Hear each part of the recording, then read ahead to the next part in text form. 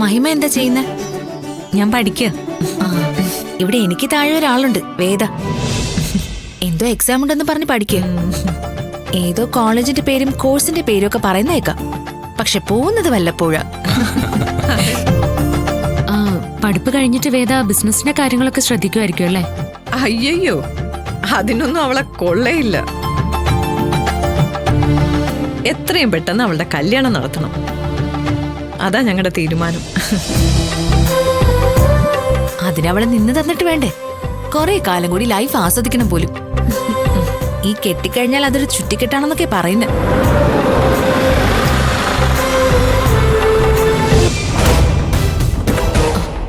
Mummy, സൂര്യ എന്ത് ചെയ്യാനാ, വരട്ടെ. ഞാൻ പറഞ്ഞില്ലേ, എന്റെ മകൻ സൂര്യ, അവൻ വന്നിട്ടുണ്ട്. സോറി മക്കളെ, അവൻ മദ്യപിച്ചിട്ടാ വീട്ടിൽ വരുന്നത്.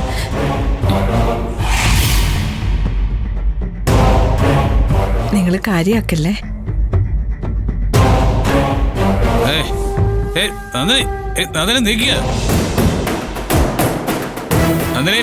സാറിങ് വന്നേ.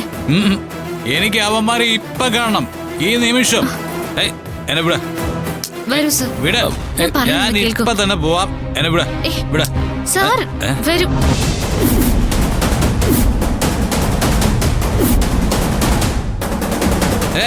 അയ്യോ സർ, ഇവൻ എവിടെ? ഞാൻ പറയുന്ന കേൾക്ക്. വേണ്ട അന്തരി.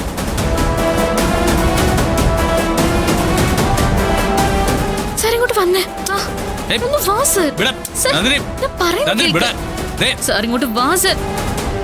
ഇത്രയും നേരം ഞാൻ ഇറിറ്റേറ്റ് ആയിരുന്നു ഇവരെ കൊണ്ട്. സർ വേണ്ട. That same guys in my house. Sir വരൂ സർ. ഞാൻ പറയുന്ന കേൾക്ക്. ഞാനല്ലേ പറഞ്ഞേ.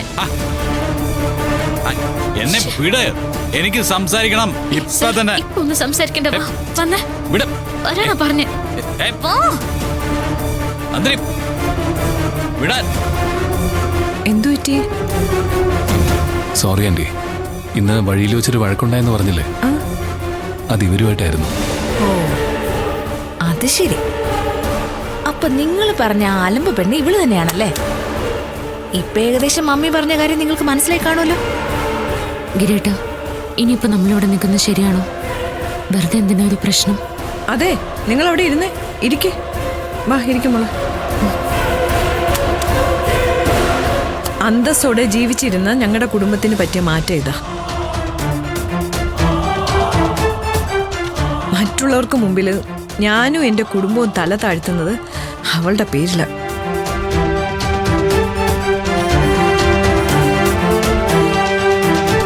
അതെ, അളിയനാ പോക്ക് പോയി ഒരു കിടപ്പ് കിടന്നാൽ പിന്നെ എഴുന്നേൽക്കാൻ നാളെ ഉച്ചയാവും. അല്ല, എന്നാലും നിങ്ങൾ എൻ്റെ ഗസ്റ്റാ.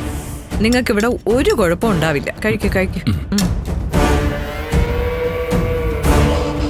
കഴിക്ക്. ശേ, അതൊക്കെ വിട്ട് കളഞ്ഞെങ്കിൽ നിങ്ങൾ ഭക്ഷണം കഴിക്കാൻ നോക്കിയേ.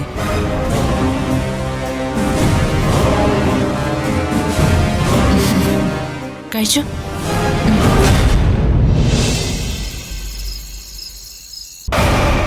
ആരാവര്? എന്റെ വീട്ടിലെ ഡൈനിങ് ടേബിളിൽ ഇരുന്ന് ഭക്ഷണം കഴിക്കാൻ മാത്രം ആരാവര്? എനിക്കറിയില്ല സർ.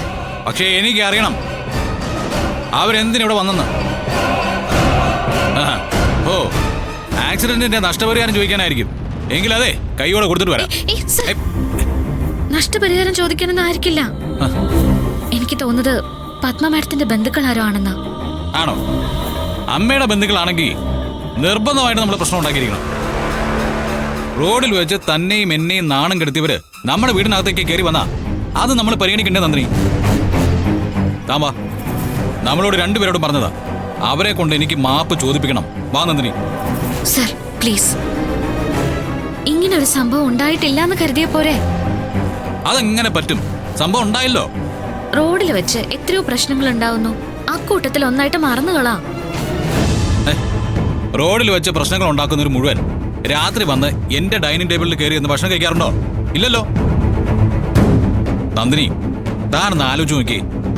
അവരമ്മയുടെ ബന്ധുക്കളാണെങ്കിൽ അമ്മയുടെ കൂടെയുള്ള 3 ഭൂതഗണങ്ങളെ കൂടെ പറഞ്ഞു കൊടുത്തിട്ടായിരിക്കും അവര് നമ്മളോട് റോഡിൽ അങ്ങനെ പെരുമാറിയിട്ടുണ്ടാവുക. സാർ ഇത് എന്തൊക്കെയാ പറയുന്നേ? സാർ കിടന്ന് ഉറങ്ങാൻ നോക്ക്. ഇന്നത്തെ എന്റെ ഉറക്കം കളഞ്ഞവരാ താഴെ വന്നിരിക്കുന്നത്. പിന്നെ ഞാൻ എങ്ങനെ ഉറങ്ങുന്നേ? സാർ ഇപ്പൊ താഴെ ചെന്ന് ബഹളം ഉണ്ടാക്കിയാല് അതെന്നെയാ ബാധിക്കുക. ഞാൻ സാറിനോട് പറഞ്ഞ് ബഹളം ഉണ്ടാക്കിച്ചു എന്ന് പറയും. എനിക്കത് കേൾക്കാൻ വയ്യ സർ. സാർ താഴേക്ക് വരണ്ട. ശരി, താൻ അങ്ങനെ പറഞ്ഞതുകൊണ്ട് ഞാൻ അംഗീകരിക്കാം. പക്ഷേ ഭക്ഷണം കഴിച്ച ഉടനെ അവരിവിടുന്ന് പോയിരിക്കണം. അതെനിക്ക് നിർബന്ധമാണ്. ശരി, ഞാൻ പറയാം. താൻ പറഞ്ഞില്ലെങ്കിൽ ഞാനേ താഴേക്ക് അങ്ങ് വരും. കുത്തിരി പിടിച്ച എല്ലാത്തിനെയും വെളിയിൽ ഇറക്കം ചെയ്യും. അതൊന്നും വേണ്ട സർ. ആദ്യം അവര് ആരാണെന്ന് ഞാനൊന്ന് അറിയട്ടെ, എന്നിട്ട് മതി എന്ത് പ്രശ്നം. അതെ, പ്രത്യേകിച്ച് അറിയാനൊന്നുമില്ല. പത്മാവടത്തിന്റെ ബന്ധുക്കൾ എന്ന് പറഞ്ഞാ രാക്ഷസന്മാരായിരിക്കും. ആ കാര്യം ഉറപ്പിച്ചോ? ശരി, സാറ് കിടക്ക്. ഞാൻ താഴെ ചെന്ന് എല്ലാം ഒന്ന് അന്വേഷിച്ചിട്ട് വരാം. ഈ നാശങ്ങൾ ഇവിടെ ഉണ്ടെന്ന് അറിഞ്ഞിരുന്നെങ്കിൽ ഞാൻ ഇത്രയൊക്കെ കുടിക്കില്ലായിരുന്നു.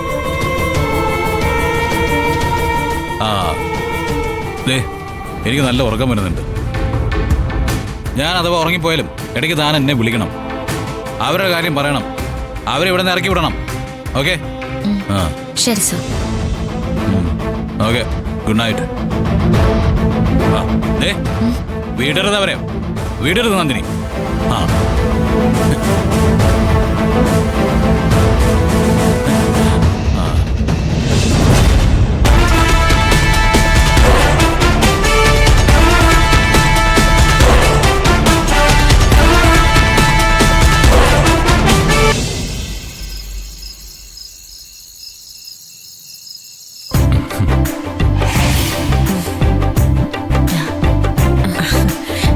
മക്കളെ, റൂമൊക്കെ റെഡിയാക്കിയിട്ടിട്ടുണ്ട്.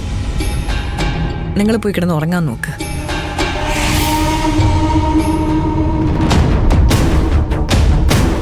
രാവിലെ തന്നെ നമുക്ക് എല്ലാവർക്കും കൂടെ ക്ഷേത്രത്തിലേക്ക് പോവാം. ആൻറ്റി, ഞങ്ങളിവിടെ നിന്ന് നാളെ രാവിലെ വീണ്ടും അവരെ ഫേസ് ചെയ്യണ്ടേ? നിങ്ങളെ പറഞ്ഞ സ്ഥിതി വെച്ച് നോക്കുമ്പോ സൂര്യ ബഹളം വയ്ക്കാൻ ചാൻസ് ഉണ്ട്. എന്തിനാ വെറുതെ ഒരു പ്രശ്നം? നിങ്ങൾ എൻ്റെ ഗസ്റ്റുകളാ. നിങ്ങൾ ഇവിടെ നിന്നു എന്ന് കരുതി ഒരു പ്രശ്നം ഉണ്ടാവില്ല. എൻ്റെ കുടുംബകാര്യങ്ങൾ കൈകാര്യം ചെയ്യാൻ എനിക്കറിയാം. ഇത്രയും കാലം ഈ കുടുംബത്തിലെ ഞങ്ങളെ നാണക്കേട് അനുഭവിക്കേണ്ടി വന്നിട്ടുള്ളൂ. ഇതിപ്പോ നിന്നെ കൊണ്ട് മറ്റുള്ളവർക്കും ബുദ്ധിമുട്ടായാലോടി. അല്ല, എന്താ റോഡിൽ വെച്ച് ഇവരായിട്ടുണ്ടായത്? നീ വലിയ പെർഫോമൻസ് ആയിരുന്നു എന്നല്ല പറഞ്ഞല്ലോ. അത് ഇവര് സൂര്യസാറിനെ വഴക്ക് പറഞ്ഞു. അതെനിക്ക് ഇഷ്ടപ്പെട്ടില്ല. അതുകൊണ്ട് ഞാൻ സംസാരിച്ചു. ഇവര് പറഞ്ഞില്ലേ? ഇവര് വിശദമായിട്ട് തന്നെ കാര്യങ്ങൾ പറഞ്ഞു. റോഡിൽ കണ്ട ഏതോ അലവലാതി പെണ്ണാണെന്ന് നിന്നെ കുറിച്ച് ഇവര് പറഞ്ഞത്. അയ്യോ ചേച്ചി, ഞങ്ങൾ അങ്ങനെയൊന്നും പറഞ്ഞില്ലല്ലോ. ഇരിമിണ്ടാതിരിക്കെ. ഇവൾക്ക് അഹങ്കാരം കുറച്ച് കൂടുതലാ. സൂര്യ ഒരുപാട് സ്വാതന്ത്ര്യം കൊടുക്കുന്നോണ്ട് ഇവള് വെറും വേലക്കാരിയാ. ഇവിടുത്തെ നിലം തുടയ്ക്കാൻ പോലും യോഗ്യതയില്ലാത്തൊരുത്തി. ഈ വീടിനകത്ത് വെച്ച് നീ കൂടെ കൂടെ പറയുമല്ലോ ഞാൻ ഈ വീട്ടിലെ വേലക്കാരിയാണെന്ന്. പക്ഷെ പുറത്തിറങ്ങിയ അതല്ല നിന്റെ സ്വഭാവം, അല്ലേ? നീ പത്മയുടെയും യതീന്ദ്രദാസിന്റെയും മരുമകളായിട്ട് വിലസാണ് നാട്ടില്. നിങ്ങൾ കാര്യം അറിയാതെയാ സംസാരിക്കുന്നത്. സൂര്യ സാറിനെ ആര് ചീത്ത പറഞ്ഞാലും ഞാൻ സഹിക്കില്ല. ഞാൻ ചിലപ്പോ പ്രതികരിച്ചു പോകും. അതെ, സൂര്യ ആരെങ്കിലും എന്തെങ്കിലും പറഞ്ഞാ അത് ചോദിക്കാൻ ഞങ്ങൾ ഇവിടെയുണ്ട്. അതിന് നിന്റെ ആവശ്യമില്ല. 1000 കണ്ണി അമ്പലത്തിൽ നടക്കുന്ന സുമംഗലി പൂജയ്ക്ക് പ്രാർത്ഥിക്കാൻ വന്നവരാ ഇവര്. അവരുടെ സന്തോഷം നീ കാരണമല്ലേ ഇല്ലാതായത്? വേണ്ട ആന്റി, ഇതിന്റെ പേരില് ഇയാളോട് ബഹളമൊന്നും വെക്കണ്ട. പ്രാർത്ഥനയുടെയും പൂജയുടെയും മഹത്വം എന്താന്ന് ഇവൾക്ക് മനസ്സിലാവണ്ടേ? വലിയ ഭക്തയാ. ഏത് നേരവും ദൈവത്തിന്റെ കാര്യം പറയാൻ, ദൈവത്തിന്റെ മുന്നിൽ ചെന്ന് അങ്ങോട്ട് കരയാൻ, മറ്റുള്ളവരുടെ നാശത്തിന് വേണ്ടി പ്രാർത്ഥിക്കാൻ. അന്തസ്സും ആഭിജാതി ഉള്ളവര് പങ്കെടുക്കുന്ന സുമംഗലി പൂജയായത്.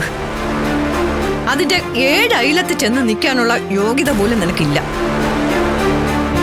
ഒരു കാര്യം ചെയ്, മുകളിൽ പോയി ഇവർക്ക് വേണ്ട 2 റൂം ഒരുക്കിയ. മുറി തുടയ്ക്കണം. ഒരു പൊടി പോലും ഉണ്ടാവാൻ പാടില്ല. എന്താടി പറഞ്ഞു കേട്ടില്ലേ? നീ കാരണം മാനസിക വിഷമുണ്ടായ ഇവർക്ക് നീ തന്നെ റൂം ഒരുക്കി കൊടുത്തോളണം.